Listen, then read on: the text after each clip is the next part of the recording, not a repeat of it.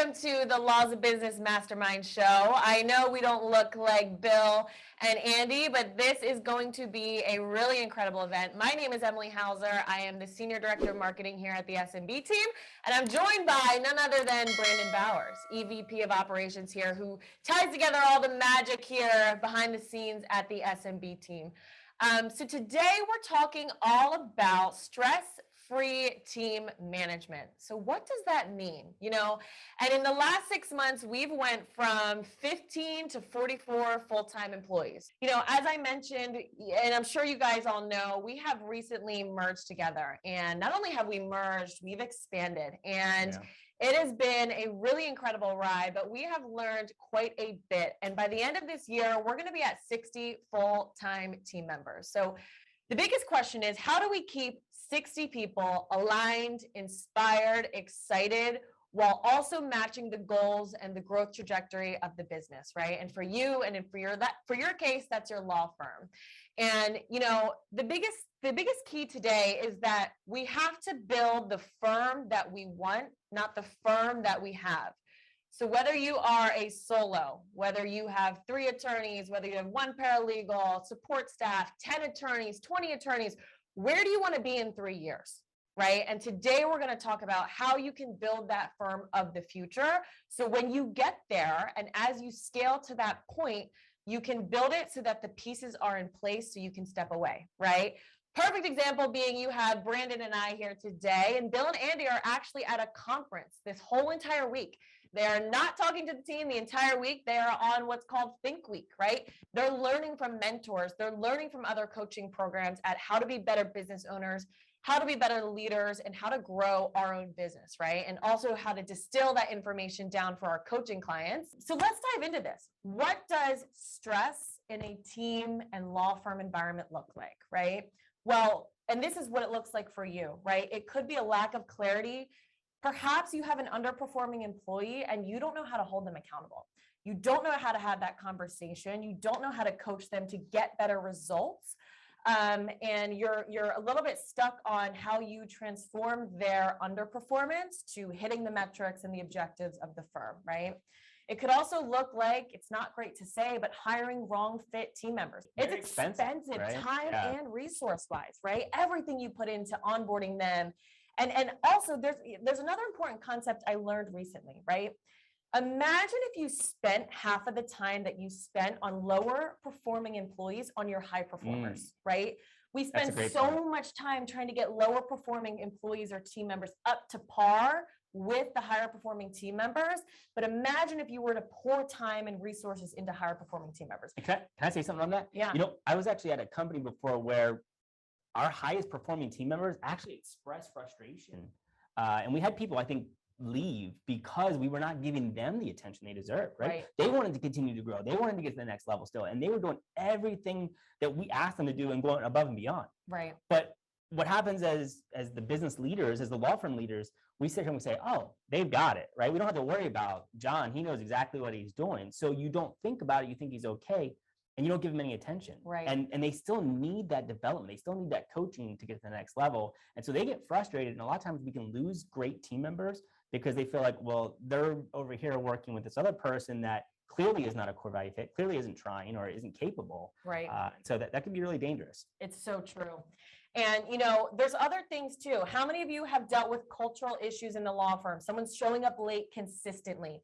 Maybe they're missing appointments with potential new clients or even current clients. Wow. I mean, that is a huge no-no. But how many of you have let that slip because the fear of letting them go is even greater, right? Oh no, if I fire John, Sally Sue or John Smith, what's going to happen with all of the casework, right? Who's going to take on these new cases? So you kind of make excuses for the poor performance because you feel handcuffed. You feel tied to having someone in that role. So we're going to talk about that, and we're going to dive into how to A, address that, but B, how to hire the right people, right? And so that kind of brings us to my next point. And let's take off our business owner hats, firm owner hats, right? Let's put on the hat of the attorneys working in our firm, the paralegals, the support staff, the intake person. What does stress in a work environment at your law firm look like for them? Well, in most cases, they probably don't know what you expect of them, right? They don't know how to perform. up to your standards, because they don't know what those standards are, right? They don't know how to grow at the law firm. They don't know what their path to either, making partner or some sort of a higher level position within the law firm is. How can they grow onward and upward? How can you create an environment that inspires them to stick with you, right? As you grow and scale your practice. Perhaps they feel like because they're not performing, because they don't know how to perform according to your standards, maybe you're always harping on them, right? They feel maybe criticized, and they don't feel like their work that they are bringing to the table is valued. It could also look like just a lack of clarity and uncertainty. They go into their workday and they don't know what to expect. They don't know what the objectives of the firm are. They don't know how they can contribute. And so they sit there for probably a combined hour and a half per day, just thinking, what is my next task? What should I do next? What is the biggest, most important thing for me to work on, right? And so all of those factors can become very stressful to someone working in your firm. And this all goes back to painting clarity for the people working on your team, and making sure that they know how to perform within their roles. Your core values are the most important part of your firm. Your core values should be so clear that you can hire, fire, promote, and reward based on core values, right? And so they truly are that kind of North Star for your firm, and they paint a very clear picture as to what to expect, right? And so in most cases, your core values should either attract potential employees to your firm or repel the wrong fit employees away, right? And so I always go back to this example that is my favorite example. One of our core values is three-way winners. And in most cases, you think two-way winners, right? What is a win for you? What is a win for me? But actually, there's three players here, right? What is a win for the team, right? The people working within the business. What is a win for the clients that you're servicing? And what is a win for the company, right? And me and Brandon were just talking about this the other week. The company and the firm should really be treated as a separate person, right? It has to be a win for all three parties. And so what does this look like in our own environment? Well, we use this all the time. I see Chase here, Ben here, Jessica, they all know. Three-way winners is one of our core values that we truly use to make decisions, right? And so in a lot of times, in a lot of cases, your employees, they might just think of themselves, and they might not think about the impact that that's having on a client, right? And so let's say, for example, someone is showing up late and they say, well, I have to get my kids to the bus stop at 9 a.m. or 8 a.m. or whatever it is. And so they're consistently missing client calls, or they're showing up late to meetings and things like that. It's really important that you look at that from the lens of three-way winners, because, well, it might be a win for you because this is taking care of your family life and I want to help you get there. I care about what happens in your personal life, but it's not a win for me, and it's not a win for the client or the company because you're showing up late. The client, you're wasting the client's time. And now it's reflecting poorly on the company. And so I'm going to go back to that kind of hiring, firing, promoting, and rewarding piece. And, even in our interview process, we have specific questions that we use to vet out, is this person a cultural fit? Is this person going to enhance the culture? Are they going to uphold the culture? And when we bring even more people on, are they going to be a great representation of what we stand for at this law firm? And so core values are the most important piece as we kind of walk through this entire process.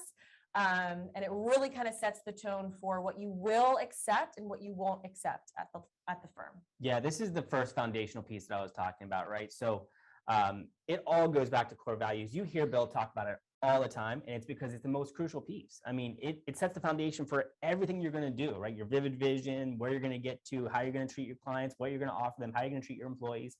But you heard Emily mention that we hire, we really use it in the hiring process, in the interview process. We ask questions that test to see if that person really, truly believes and lives that core value.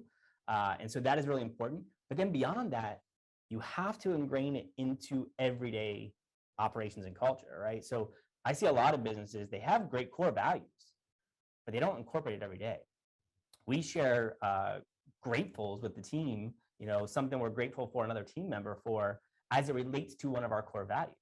So we talk about these core values constantly when we deal with, client situations. We always talk about things like the three-way winners. If there's a sticky situation, we try to find a win that's for, a three-way win for everybody. So you have to have these core values, and that is the foundation for eventually getting to that stress-free management.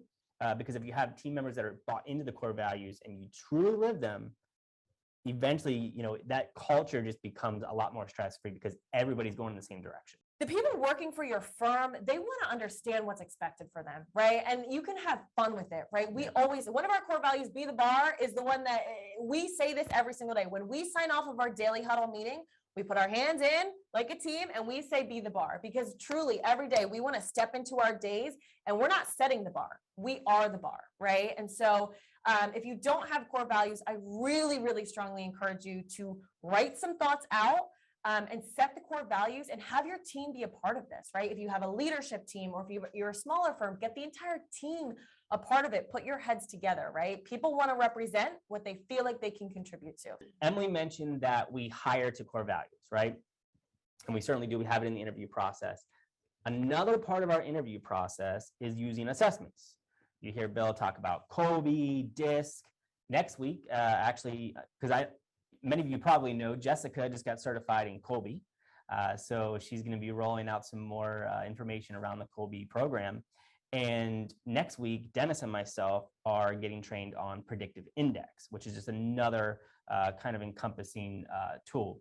So we use these different assessment tools. We've used culture index, predictive index, Kolbe, DISC, and even print. So there are tons of them out there, right? And there's also cognitive tests that test on one's ability to be able to learn and retain information. But these tools should also be incorporated in the hiring process. And the reason is right person, right seat.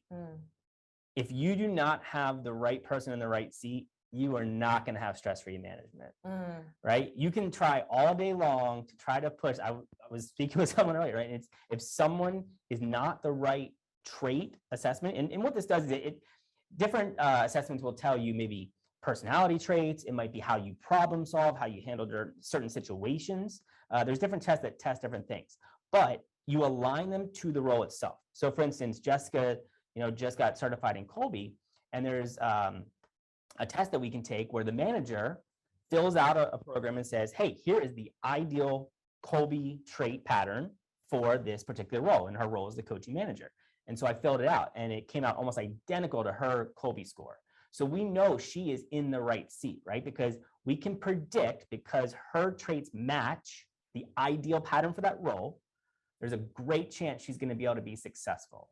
It's never 100% foolproof, but you can predict that more likely than not, that person can be successful. What you can't predict is when somebody is not the same trait pattern, how likely they are to be able to adapt and mold their traits, right? Because some people just can't, it's not who they are internally. For many years, I was in sales and I was able to kind of modify and be successful in sales, but I will tell you, it was very draining, right? You and I were talking earlier about, I'm slightly introverted. Most people wouldn't think that, but I am. So when I was in sales calls all day long and having to be on, it was exhausting mentally, right? Because I had to adapt to that role. And so that if you don't have somebody that can adapt to that, you're just gonna have headaches all day long. And the perfect example is this, right? Your intake specialist, who is answering your phone, right? And I'm gonna ask this, if you can put this in the chat too. Do you want someone that answers the phone and they sound, hey, hi, welcome to John's law firm. Hi.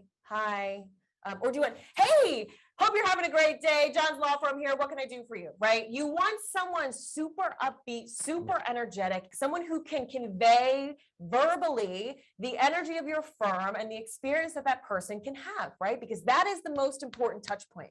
And so if you have someone that's sitting and answering the phones and they're just going about their day and they're very low energy, they might be the most organized person in the entire world. They could be incredible in other areas of the firm, but it's it could be the right person, wrong seat, right? So you can pivot that person to a role that better suits their natural tendencies and their skill sets, and find someone that is right for the role. And Brandon's going to go into this, but gets it, wants it, and has the capacity for it. Do they get it? Do they understand what their role and their impact within the firm is?